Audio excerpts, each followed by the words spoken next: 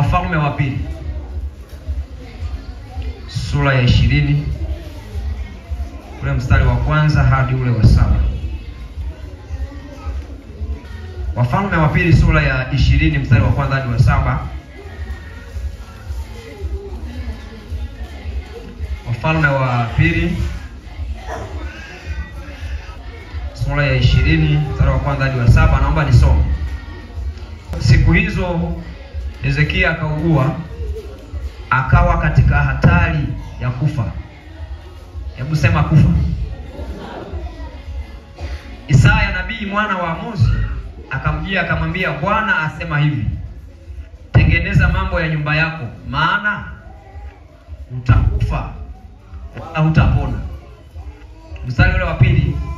Basi Hezekia akajigeuza akaelekeza uso wake ukutani, akamwomba Bwana akisema, nakusihi Bwana, ukumbuke sasa jinsi nilivyokwenda mbele zako katika kweli na kwa moyo mkamilifu, na kutenda yaliyo mema machoni pako.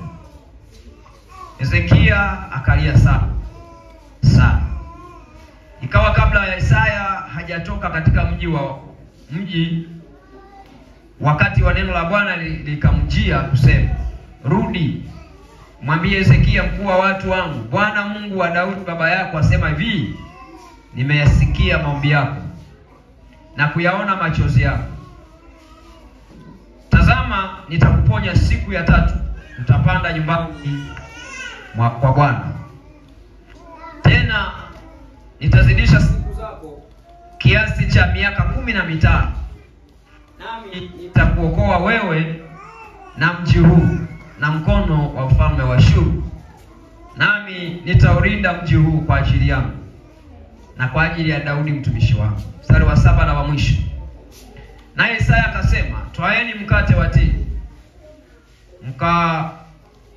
Wakautwaa wakauweka juu ya jipu, naye akapona. Baba, ninalibariki jina lako sana. Wewe Mungu, naomba unitumie upendavyo katika saa hii na wakati huu mzuri. Roho Mtakatifu unayeweza kusaidia kila mmoja kukuelewa, kwa uelewa wa tofauti. Maana Mungu tumekusanyika tofauti na uelewa tofauti, lakini Roho Mtakatifu anaweza kabisa kumhudumia kila mmoja kwa kadiri ya nafasi ya uelewa wake. Naomba Bwana ukatuhudumie kwa kadiri hiyo ya neema yako, katika jina lako Yesu. Amina. Nataka nizungumze kitu kinachosema tunashinda kwa njia ya maombi. Tunashinda kwa njia ya maombi. Ndio ujumbe naotaka tujengane na tutiane. Tunashinda kwa njia ya maombi. Nitazungumza kwa ufupi sana, maana baadaye nataka tukamwombe Mungu sana kwa dakika za kutosha. Mimi nadhani nisiwe na mengi kabisa, lakini yale ambayo Roho amenipa nayafikisha. Tunashinda kwa njia ya maombi. Kwenye kitabu cha Wafalme tuliposoma, kimsingi mwandishi hajulikani vizuri. Na watu sasa, mapokeo ya watu wengi wanadhania anaweza kawa ni Yeremia. Kwa sababu historia zinazoonyeshwa kwenye kitabu cha Wafalme ni mtu inaonyesha ni mtu aliyekuwepo kwenye tawala mbalimbali za kifalme, na hasa ule ufalme wa Babeli. Na Yeremia anaonyesha nafasi ambayo inadhaniwa kuwa ni yeye, kwa sababu vitu vinavyozungumzwa vinaonyesha ule udhoefu wa kuwepo kwenye ufalme fulani. Lakini Yeremia, tukirudi kwa upana zaidi, tunamkuta mwandishi wake na tena ni Baruku. Kwa hiyo ndio maana wanazuoni wengi hawadhibitishi nani mwandishi. Na mwaka wa 560 ndipo inazaniwa kitabu hiki kiliandikwa, kwa kuzingatia matukio yaliyokuwa yakiendelea. Na Mungu anazungumza na taifa la Israeli kwa matukio. Jamani, hata leo Mungu anazungumza kwa matukio. Na ndio maana nataka nikwambie, kuna tukio nadhani hakupata, ila tu hapa Mungu atusaidie. Unaweza kupatwa tukio fulani, halafu ukafikiria hii tu ni kawaida. Kumbe ni Mungu ameruhusu tukio hilo ili aone kama unaweza kumsikiliza. Aone kama unaweza ukatulia ukasema, kwa nini tukio hili Mungu? Sasa kwa bahati mbaya siku hizi tukipata matukio, kama ni mfanyabiashara akapata hasara, anasema haya huwa yapo, mbona na fulani alipata hasara. Kama ni mfugaji, mifugo zake zikafa, hata fulani juzi zimekufa. Mungu anaporuhusu tukio lolote, kaa chini utulie. Mungu alizungumza na Israeli kwa matukio. Mahali pengine alizungumza kwa maneno, mahali pengine aliruhusu matukio. Yale matukio yaliwafanya watu wajue yuko Mungu wa Israeli. Bwana Yesu asifiwe sana. Kwa hiyo tunaona hapa tunamsoma Hezekia. Huyu Hezekia yeye ni mwana wa Ahazi. Na Ahazi alikuwa ni mfalme ambaye alitawala kwa ubaya mkubwa mbele za Mungu. Yaani yeye alirudisha madhabahu za Maashera, miungu mibaya mno Ahazi. Kwa Ahazi ni mtu mbaya sana. Hakuwa anamuelewa Mungu hata chembe. Alirudisha madhabahu za miungu.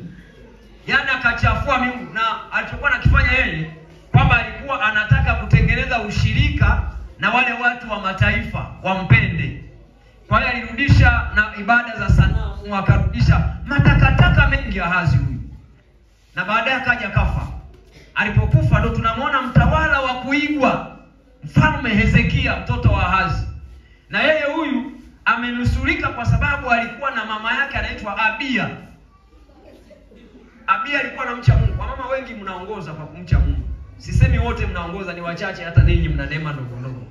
Lakini mnajitahidi kwa sehemu. Sasa Abia alikuwa amemlea Hezekia katika maadili makamilifu. Hata wakati mwingine Ahazi baba yake alipojichanganya, Abia mama yake na Hezekia alimwambia, mwanangu, Mungu wa kweli ni huyu. Kwa Hezekia kalelewa kwenye misingi ya kimungu kabisa. Kwa mama msipunguze mwendo. Abia alishawatangulia kuwaelekeza. Hata kama una mimba, ianze kuilea, anza kuitamkia. Hata kama wewe ni kachanga umekazaa, unafikiri akaelewe, anza ukatamkia, nuiza maneno. Sasa wakati Hezekia amelelewa, na lakini alikuwa nyakati hizo tayari kuna manabii akina Isaya, akina Mika, Mika, nabii Mika naye alikuwepo akihudumu katika majira yale. Kwa hiyo mama huyo alijikita sana kumwelekeza Hezekia mapenzi ya Mungu. Kwa alipokuwa akaja kutawala, tunamwona ni mfalme ambaye alitawala vema mbele za Mungu kuliko maelezo. Na hata alipopata shida, yeye hakuangalia kutatua shida kwa budget. Aliangalia kutatua shida kwanza kwenye magoti, kwenda mbele za nani? Za Mungu. Hezekia alirudisha, akavunja ile madhabahu ya Maashera baba yake aliyoijenga ya miungu, akavunja, akasambaratisha, akatengeneza ufalme unaomjua Mungu. Alafu wakati ameendelea kutawala kwenye mwaka wake wa 14 wa utawala wake, hapa ndipo tunaanza kuona anapatwa na magonjwa. Watu wengi wanadhani, sio Biblia inasema, unisikilize vizuri, wanadhani madhabahu za miungu alizokuwa amezibomoa zilikuwa zinalipiza, na ukiangalia ni kama zimemshawishi kutenda kosa kidogo la kufanya yale ambayo Mungu alikuwa hajamruhusu kuyafanya, halafu akapigwa. Unajua shetani ana target nzuri. Hivi unajua shetani hawezi kupiga ukiwa kwa Mungu. Sio, unalielewa? Lakini ya kupiga inatakiwa atafute mazingira kwa namna yoyote akuondoe karibu na nani? Akikuwa karibu na Mungu anakuchapa vizuri. Shetani ni mbaya. Ile wakati unapokuondoa karibu na Mungu hakwambii kuchapa. Anakuonyesha tu ratiba, anakuonyesha tu mazingira fulani, fanya tu hivi. Akishaona kwamba hapa sasa Mungu ameshafunga lango, hawezi kumsikia na macho yake hayamuoni, maana Biblia inasema dhambi zetu ndio zinafanya Mungu asituone na masikio yake yasitusikie. Sijui mnanielewa? Kwa hiyo wanasema maripizi baada ya kuvunja zile madhabahu, wanazuoni wengi wanadhania hivyo kwamba baadaye mapepo yalipopata chance kidogo kibaya, tena hukumu ya kifo, Mungu anawaisha kumwambia Isaya mwana wa Amozi, wahi kwa Hezekia umwambie atakufa. Mungu alikuwa anasema, sio nabii Isaya tena. Mungu alikuwa ameshaona kwamba haya majamaa yamemweka chini ya ulinzi. Nenda mwambie atakufa. Sasa Mungu ni wa ajabu. Nimekwambia Mungu anasema kwa matukio. Kama hatua, nilikuwa nafundisha masomo ya katikati hapa kwamba tunapoomba kuna hatua zetu pia za kufanyaje? Mungu kazi yake ni kumuonyesha yale ya kiroho ambayo Hezekia hakuona. Maana Hezekia aliona ugonjwa, lakini kikawaida si tunaugua. Jamani, kawaida si tunaugua. Sasa Hezekia aliona ugonjwa wa kawaida tena jipu. Lakini Mungu aliona kifo ndani ya jipu. Sasa Mungu akamwambia Isaya, "Wahi umwambie huyu adui aliyemweka mbaloni atamuua." Kamwambia atakufa Hezekia.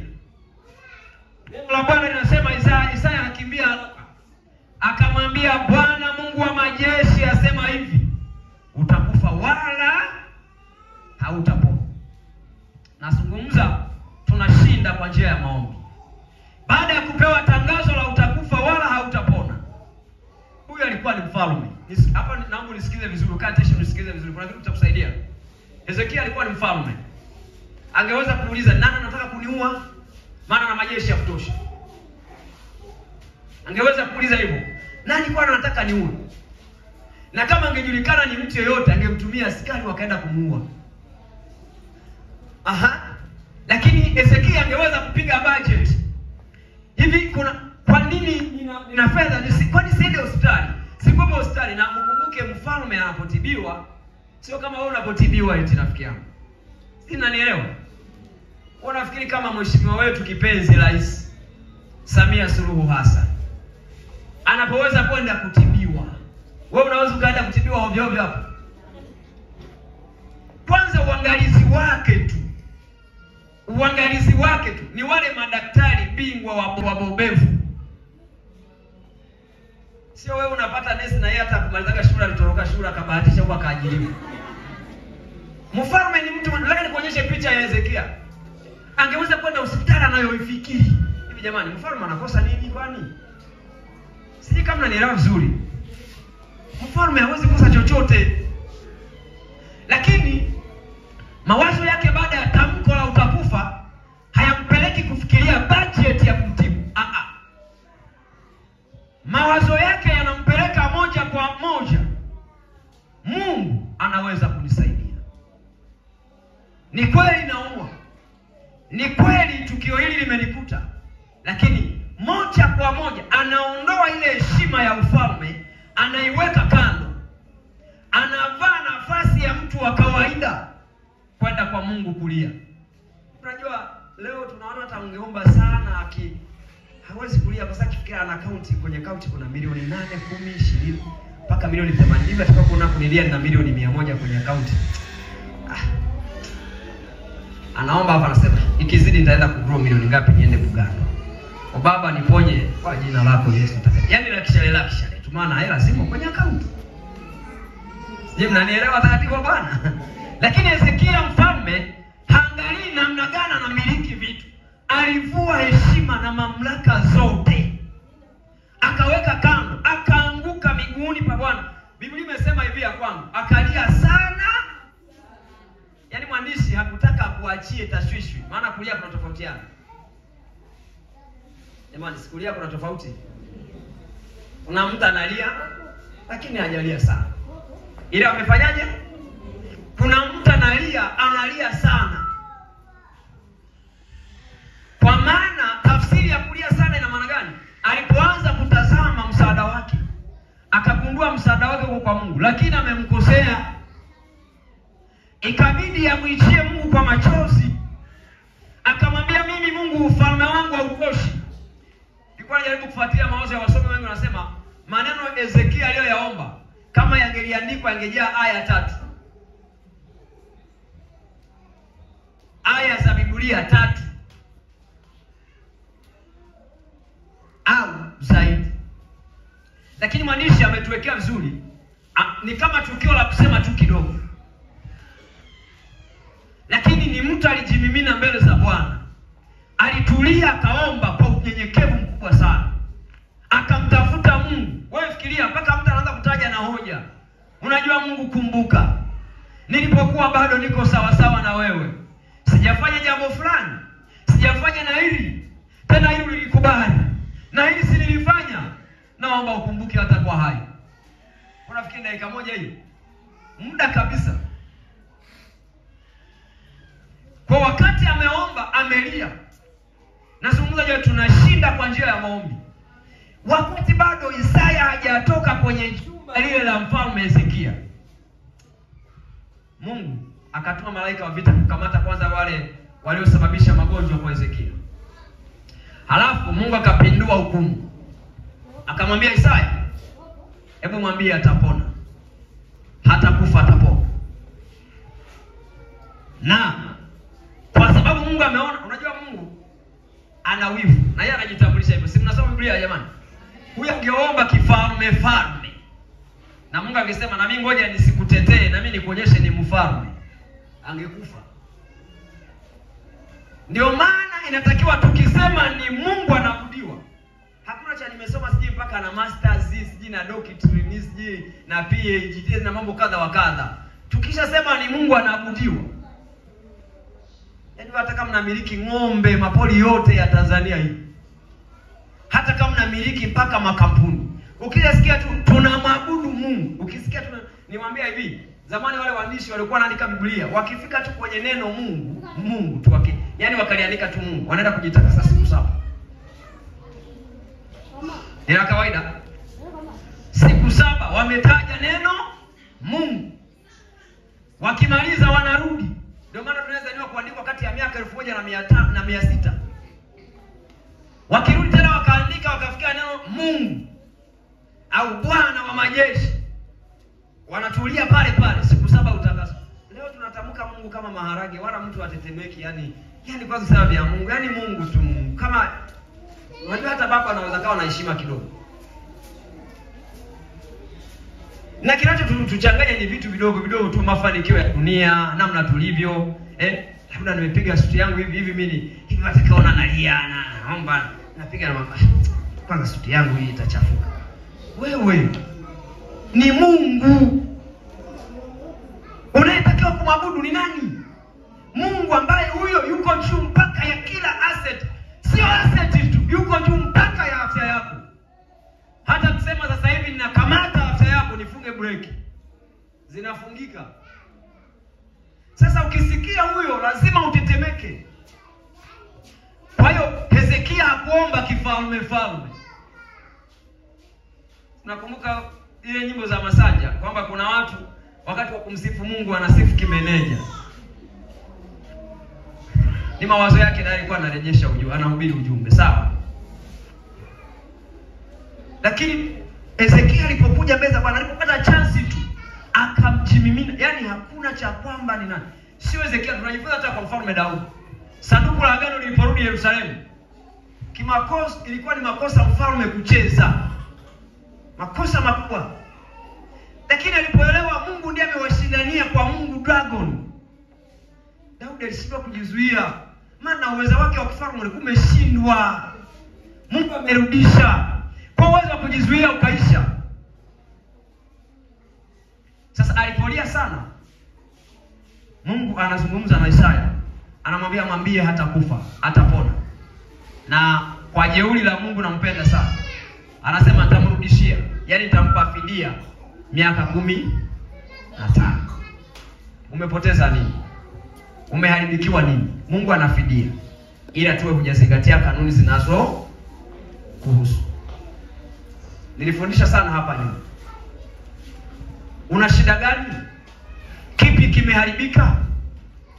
Kipi kinakusumbua moyo? Mungu anafidia. Mfalme Hezekia siku zake zitakoma. Mungu akasema huyu sasa ili shetani ajue mimi ni bouncer, mimi ndiye Mungu. Ninamponya afu na bonus. Je, unataka bonus ya Mungu? Nauliza, unataka bonus ya Mungu? Fuata kanuni. Jamani, Bwana Yesu tusaidie sana. Amina. Kwa hiyo mfalme Hezekia akauliza kwa Isaya, sasa nitajuaje miaka 15 nimeongezewa? Mfalme Isaya anamwambia kivuli kitarudi nyuma madaraja 15. Na yani majira yalikuwa yanapimwa kwa kivuli. Hata leo tu. Kwa mfano sasa ukienda pale hivi, kuna jua linawaka alafu kivuli chako kinakutangulia mbele kidogo. Sasa Hezekia alitaka kupata ishara kwamba atajuaje sasa kwamba kweli alikuwa ameenda kufa, sasa amerudishwa nyuma aishi. Atajuaje? Hebu ngoja tusome ule mstari wa 5. Rudi kamwambie Hezekia mkuu wa watu wangu Bwana Mungu wa Daudi baba yako asema hivi, nimeyasikia maombi yako na kuyaona machozi yako. Tazama, nitakuponya siku ya 3, utapanda nyumbani kwa Bwana.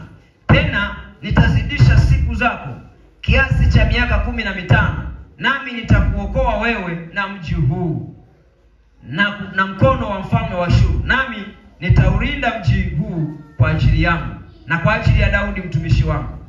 Naye Isaya akasema, twaeni mkate wa tini, wakautwaa wakaweka juu ya jipu, naye akapona. Sasa Mungu anapomrudishia mtu, yeye Hezekia shauku yake anataka ajue nini ishara. Ninyi waombaji, sikiliza, msiache kudai ishara ya kujua Mungu amekujibu au hapana. Kama una sifa za Mungu, dai ishara kwamba Mungu hapa umenijibu au hapana. Lakini sasa usiwe mnafiki. Unajua kuna watu wanadai ishara lakini kanuni zake zinazomhusu hajazifanya. Fanya kanuni zinazokuhusu katika kuomba, halafu dai ishara kwamba Mungu umenijibu. Bwana Yesu asifiwe sana. Kwa wakati ambapo amerudishiwa miaka hiyo, ameendelea kuishi, tunaona kwamba yeye anapata uzima ambao ni wa pekee sana. Na miongoni mwa watu waliorudishwa, huyu tu ndio Biblia inatuonyesha ishi miaka mingapi. Lazaro alifufuka, lakini Biblia haituonyeshi habari za Lazaro baada ya kufufuka. Na wanazuoni wengi wana maswali mengi pale. Inawezekana alifufuka lakini alikufa hapo hapo, maana hakuna mahali utaona habari zake. Aya, ukija kwa Dorcas alifufuka, tunaona tu habari za Dorcas amefufuka. Lakini hapa Mungu anatuthibitishia kwamba inawezekana Mungu akaongeza zaidi ya kula ambako usingeweza kufufuka. Lakini hoja ambayo nataka nikuonyeshe kwenye ule mstari wa 5, wakati Mungu anamwambia Isaya rudi kwa Hezekia, hoja ambayo Mungu anaisema, Mungu anazungumza hoja mbili. Cha kwanza, Mungu anasema nimeyasikia maombi yake. Ninyi mnataka kupata majibu ya maombi, mtayatoa wapi? Sinakuuliza. Unataka upate majibu ya maombi, utatoa wapi? Hoja ya kwanza, Mungu anamwambia Isaya, kamwambie nimeyasikia maombi yake. Hoja ya pili, nimeyaona machozi.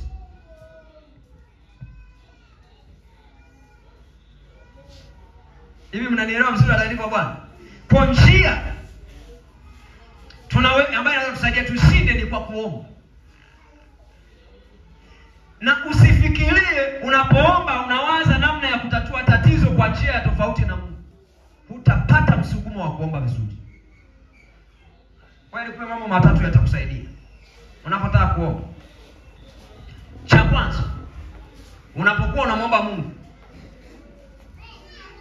jihesabu kwa Mungu wewe ni si kitu. Yaani jivuruge. Jihesabu kwa Mungu wewe si kitu. Yaani jiondoe kwenye mfumo kwamba afadhali hata machokola Mungu wewe unawaheshimu. Jihesabu wewe si kitu mbele za Mungu. Ni kweli umeshasoma Biblia umeimaliza mara 5 mpaka mara 10. Unapokwenda mbele za Mungu, jihesabu wewe si kitu mbele za Mungu.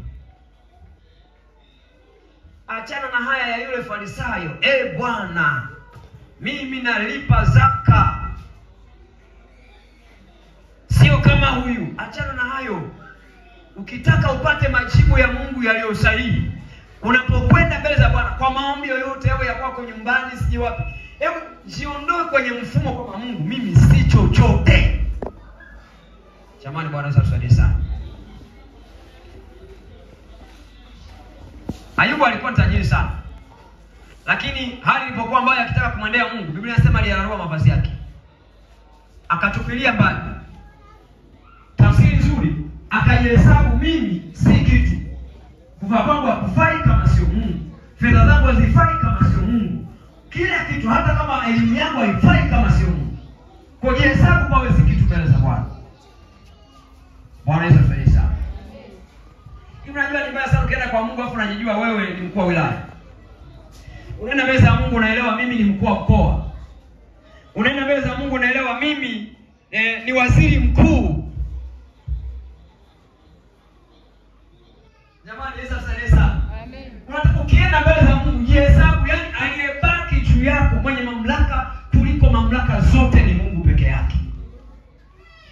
ukishajihesabu hivyo, unyenyekevu utaupata, maana wewe si kitu. Wanaweza tuelewe sana. Jambo la pili, unapoomba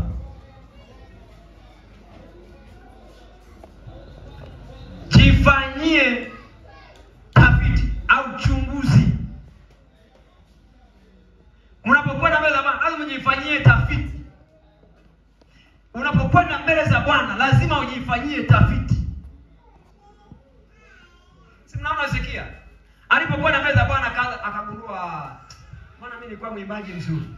Bwana mimi nilimtumikia Mungu kwa heshima zote. Kwa anaomba Mungu, halafu anatafiti, anabaini kitu ambacho kinaweza kikawa hoja kwa Mungu. Sasa changamoto watu wengi tunaenda kuomba mbele za Mungu, alafu hatuna hoja. Na Mungu amesema leteni hoja zenu, tuhojiane. Mungu anataka umwambie Mungu, mimi nafanya hivi, nimepita kwenye huu wakati, najua Mungu ni tukio nataka niseme na wewe, lakini kumbuka siku fulani. Siku gani sasa? Akumbuke wizi wa mafungu ya 10. Akikumbuka hapo sasa na kunyonga haraka kabla hata ya nani. Akumbuke nini? Tabia zako mbaya. Akumbuke, yani lazima unapoomba unafanya tafiti. Nasikilizeni nyinyi waombaji na watu wa Bwana. Usisubirie kutengeneza mazingira mazuri unapobanana. Mungu sio Timothy. Timothy unaweza mtengenezea mazingira mazuri ukamwomba msamaha hata kama ulikuwa na mambo mengi mabaya na kuhurumia. Mungu anaona mbali. Kama nasema mimi Mungu nasimama mbele zako na ahidi kabisa, kuna watu wakibanana akaingia kwenye mitego, amefungwa vizuri, amepigwa na adui. Anajua Mungu mimi naahidi, yani nitasimama na wewe mpaka nizeeke. Kumbe ni kwa sababu tu amepigwa na shetani. Mungu anajua unachokiahidi kweli. Mungu sio mwanadamu. Ni mnanielewa? Ndio maana tunatakiwa tufanye alafu tuseme tuliyoyafanya kwa Mungu. Tukisema tuliyoyafanya kwa Mungu, hizo ni tafiti ambayo hata mwombaji inampa nguvu ya kwenda mbele za Bwana. Kwa unapoomba jifanyie tafiti au uchunguzi. Wewe ni mtu wa namna gani kwa Mungu?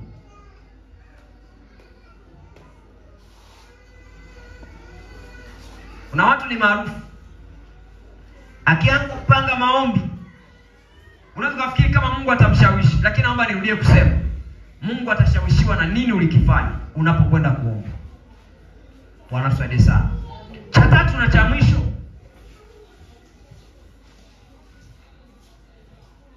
ingia kwenye chumba cha ndani uwe wewe na Mungu. Ingia kwenye chumba cha ndani uwe wewe na Mungu. Sasa hapa kwenye kuomba, unajua kuna mnaza mkaanza kuomba, mwingine maneno yameisha anaanza kuangalia, fulani leo amejaa roho. Ananena kweli. Yeye ni kama mimi. Ingia chumba cha ndani uwe wewe na nani? Masuala ya kuambia nani kajaa roho, wewe ni kiranja wa hapa. Huwezi kufanikiwa na Mungu hapo. Huwezi kupata msaada na Mungu hapo. Ndio maana tunapoingia kuomba, kila mmoja kwa staili anayojua kwamba kwa staili hii nimeonyesha unyenyekevu kwa Mungu na Mungu anaona. Ingia chumba cha ndani. Na maanisha yani ondoa yale mawasiliano ya nje hapa. Ingia wewe kama wewe kwa Mungu. Kwanza hata hivyo sio kazi yako kuja kujua nani leo hajajazwa Roho Mtakatifu. Ni kazi yako hiyo. Ni kazi yako kujua nani leo ameomba maombi ya juu. Sio kazi yako, wewe sio Mungu bwana. Na hata ukijua kwani utamfanya nini huyu? Nimemwambia tu naroka. Si nimemwambia. Tulikuwa tunaroka tunasema kamata fulani hakuomba vizuri, kamata na yule, kamata na wale wasioomba weka ndani. Sasa hamna. Sasa kwa nini nakusumbua? Ingia wewe kwenye chumba cha uwe wewe na nani? Na Mungu basi. Nataka nikwambie, tukizingatia hayo hakuna atakayeomba maombi makavu. Sasa unaomba unakumbuka biashara yangu tena mteja anakuja saa 10. Zile milioni 8 zile milioni 20 kweli. Baba katika jina la Yesu. Amesema atakuja saa 10. Bwana fungua milango ya baraka sasa. Mungu atakaye kusikiliza ni Mungu wa maboksi. Lakini Mungu anaishi, anataka uingie ndani. Anataka ubaki. Yaani sikilizeni. Narudia tena afu tukamwombe Mungu. Mfalme Hezekia alikuwa ni mtu kwanza. Hivi hapa tuna katibu kata hapa.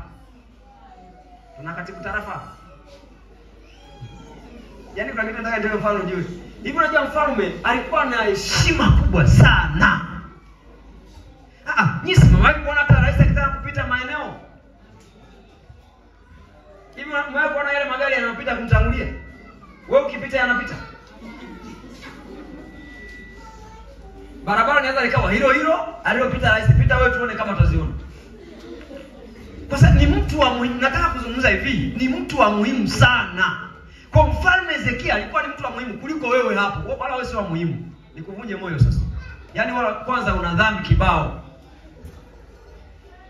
Hakuna tunachofanya kwa Mungu ni maigizo tu. Sasa wewe ni wa muhimu kwa namna gani? Labda ni wa muhimu jehanamu kwa shetani, lakini kwa Mungu wewe ni ovyo kabisa. Nikupeleke huko afu nikurudishe unielewe. Sasa Hezekia na umuhimu wake akaingia chumba cha ndani. Hakuangalia, unajua mfalme akaji peke yake. Hakuangalia wale wadogo zake wamemzunguka wakiniona ndalia eti ameshaingia chumba cha ndani. Kwa hiyo waone wasione, yeye ameingia chumba cha ndani na nani? Na Mungu. Ninyi mnataka mpate majibu yani kiwepesi wakati viburi vimejaa. Sio Mungu anayemsema hapa. Mungu anayemsema hapa lazima uingie chumba cha ndani. Alafu hakikisha unabaki wewe na yeye ndani. Kuojiana na kumweleza shida zako. Bwana Yesu asifiwe sana. Mambo matatu haya yatakusaidia. Naomba usimame juu tukamwombe. Tunashinda kwa njia ya maombi. Tunashinda kwa njia ya maombi. Yako mengi ningeweza kusema, muda wangu hauniruhusu. Ningetamani tupate nafasi ya kuomba. Na mfumo wa maombi utakaokuwa nao, utaomba watoto wote watatangulia mbele hapa. Wala leo tutakuwekea mikono, tutaomba tu kwa pamoja. Alafu wale watu wazima wote tutakuwa nyuma ya watoto. Lakini natamani tumuombe Mungu sana. Tunapokwenda kumwabudu Mungu katika nafasi hiyo, tujibibine mbele za Bwana. Naamini Mungu anajua una shida zako. Naamini unajua Mungu anajua kuna vitu ungehitaji akusaidie. Lakini lazima uzingatie, jitahidi kufanya hayo ambayo nimekwambia kwamba ukifanya hivyo kwa njia ya maombi lazima uyaone majibu yako. Haijalishi watu wamesema nini. Haijalishi namna gani. Isaya alikuwa ameshamwambia Hezekia utakufa. Isaya alikuwa ameshamwambia Hezekia utakufa. Lakini pamoja na Isaya kumwambia Hezekia utakufa, mtakatifu ambaye ni Bwana alirudisha uzima wa Hezekia. Tena kwa miaka 15. Alirudisha nafasi yake. Alirudisha uhai wake. Alirudisha akakuongezea na bonus. Nimesema Mungu anaweza kuzungumza na wewe kwa matukio. Mungu anaweza kuzungumza na hata hapa Mungu anazungumza na sisi. Maana mengine mvua zinanyesha, sisi zimetuacha. Ni tukio Mungu anataka tugeuke. Sisi ambao tunamfahamu tumuulize Mungu kwa nini? Ni mazingira ambayo Mungu anataka sisi tuseme naye. Mungu anataka kupiga biashara yako. Ni tukio Mungu anataka utulie, umsikilize, uzungumze naye. Mungu anataka kupiga uzao wako. Mungu anataka kufunga kizazi. Lakini Mungu anataka azungumze nawe kwa njia ya tukio. Naomba tukamwabudu Mungu sasa. Naomba tukamwabudu Mungu sasa. Naomba tukamwabudu Mungu sasa. Watoto wote naomba tupite mbele. Watoto wote naomba tupite mbele. Watoto wote naomba tupite mbele. Na watu wazima wote tutakuwa nyuma. Watu wazima wote tutakuwa nyuma. Nataka tukamwombe Bwana. Nataka tukamwombe Bwana. Nataka tukamwombe Bwana. Wakati tunapoendelea kumwabudu Mungu, tuendelee kuchimika mbele za Bwana. Naomba sibaki mtoto nyuma. Na sisi watu wasema baadaye wote tuje hapa mbele. Baadaye tuje hapa mbele. Baadaye tuje hapa mbele. Baada ya watoto wote watu wasema. Ikiwa unaamini maombi ni msaada wako, sikia shauku ya kuja kuomba nami. Sikia shauku ya kuja kuomba nami. Sikia kiu ya kuja kuomba nami. Haijalishi nani alitamka nini. Isaya alikuwa nabii. Tena mwenye mamlaka ya kimungu alitamka Isaya utakufa. Lakini Mungu akabadilisha baada ya kuyaona maombi ya Hezekia. Mungu akasema hautakufa mwisho.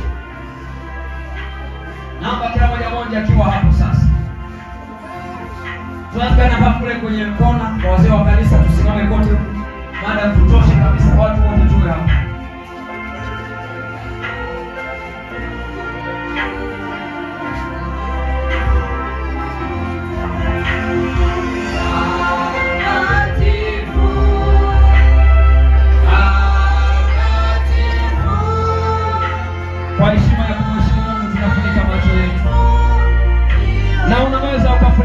kichwa na kisha uanze kusema na Mungu sasa. Unapomwabudu Mungu na umefunika macho yako kwa ishara ya kumheshimu Mungu, wewe si kitu kwa Mungu, wala wewe si chochote. Wewe si chochote mbele za Mungu. Wewe si chochote mbele za Mungu.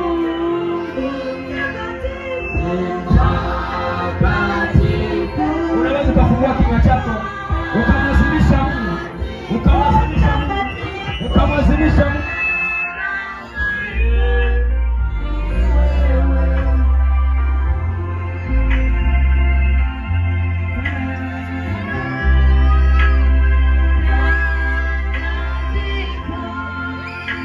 Tumheshimu Mungu na tufunike macho yetu. Funike macho yetu. Mama, funika macho yako na baba, funika macho yako. Hebu jimimine mbele za Bwana kumwabudu.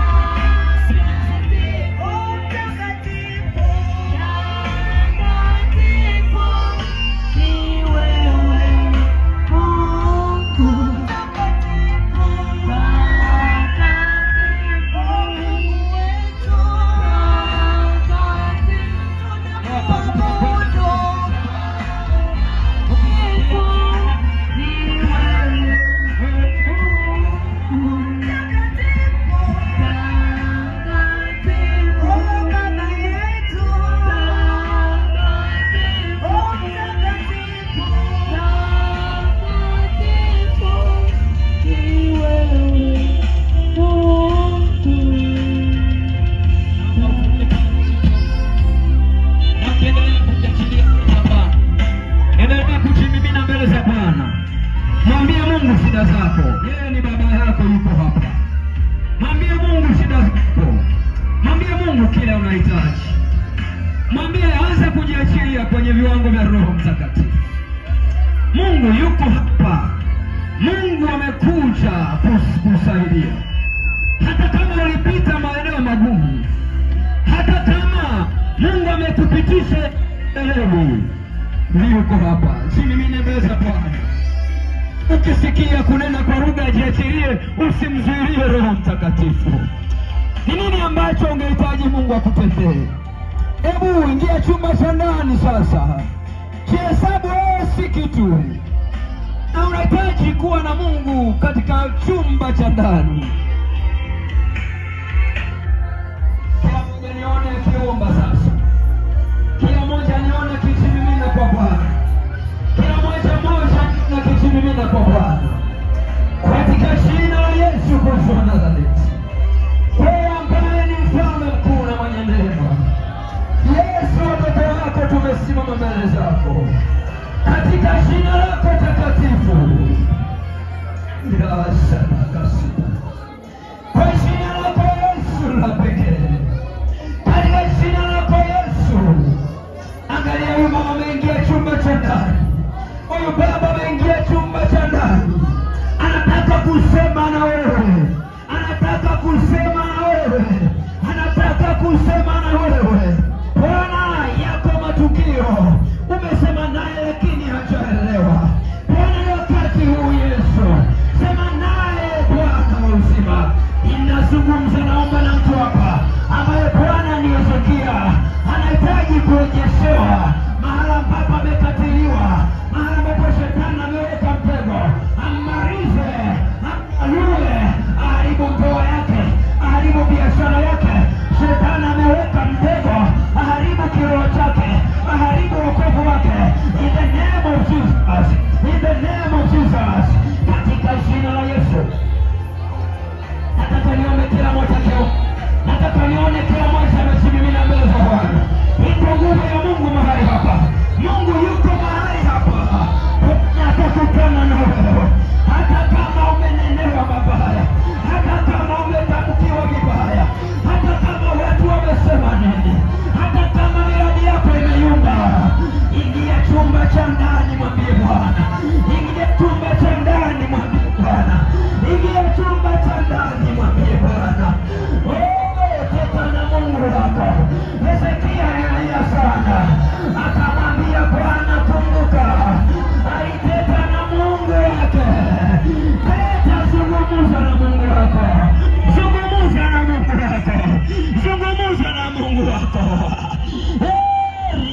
sekaraba. Katika jina la Yesu wa Nazareti. Bwana zungumza. Bwana zungumza. Bwana zungumza. Bwana zungumza. Kwa jina la Yesu, kwa jina la Yesu. Kwa jina la Yesu, kwa jina la Yesu. Usijizuilie unapotaka kwenda kwenye uwepo wa Mungu. Usizuie msisimko wa Roho wa Bwana. Hebu shiachilie kwa Bwana. Hebu shiachilie kwa Bwana. Hebu shiachilie kwa Bwana. Mwambie Bwana. Mwambie Bwana.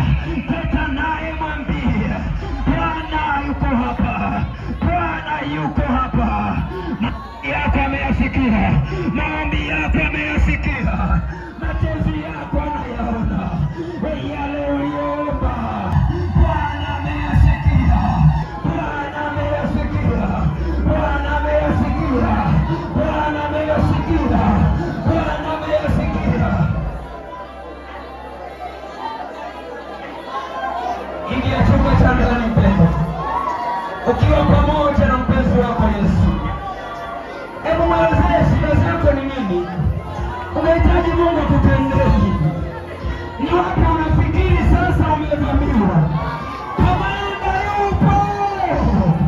Bwana yupo! Mwenye mamlaka yupo! Mwenye kuokoa yupo! Mwenye kurudisha vilivyopotea, yeye yupo! Yeye yupo!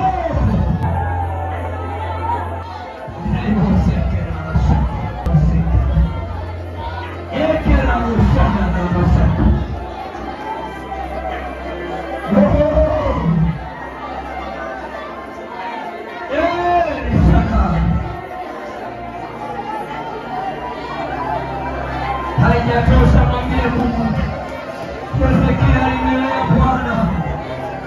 Ni nini ambacho unahitaji Mungu akutendee?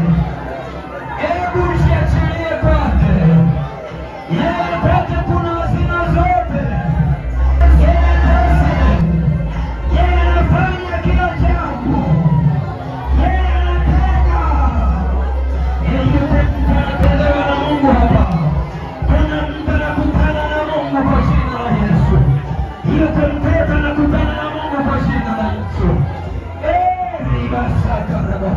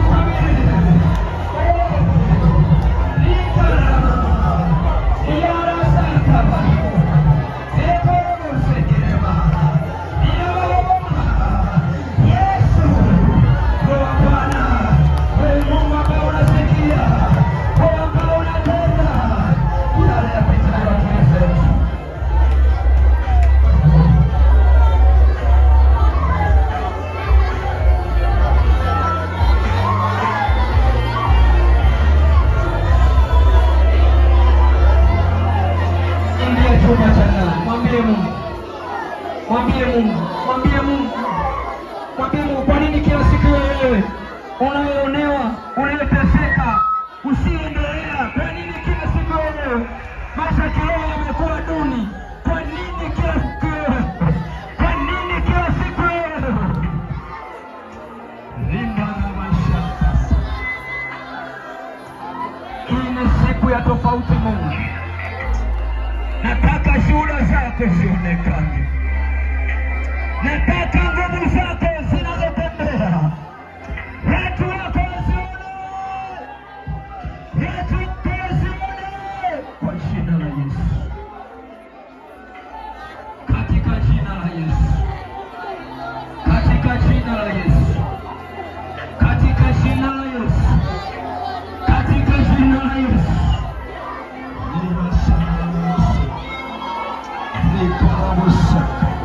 Mwambie Mungu ni baba yako. Mwambie Mungu ni baba yako. Mwambie Mungu anajua mateso yako. Anajua shida zako. Anajua. Mwambie. Mwambie.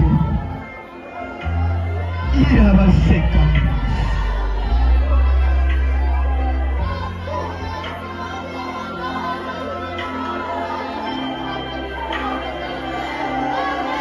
Mwambie Mungu. Unahitaji nini? Mwambie ni baba yako huyo. Ni kipi unafikiri ni kizuizi? Ni upinzani wa wewe kumuona Bwana? Ni nini ambayo imekuwa ni kongo la kiroho? Mwambie Bwana. Ukiwa kwenye chumba cha ndani, mwambie Bwana. Mwambie Bwana.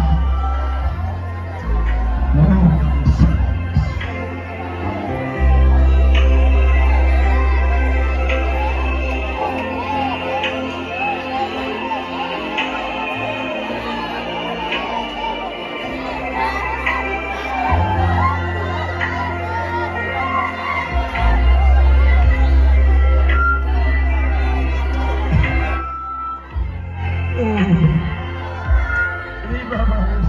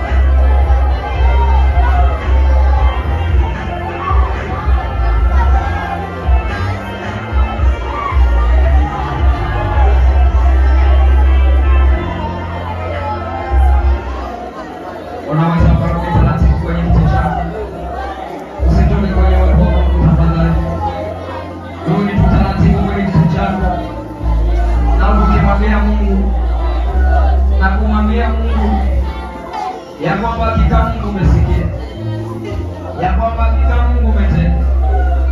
Katika jina la Yesu wa Nazareti, Mungu wa uzima na neema, Mungu mwenye mamlaka na rehema zote, Mungu unasikia yale yote ambayo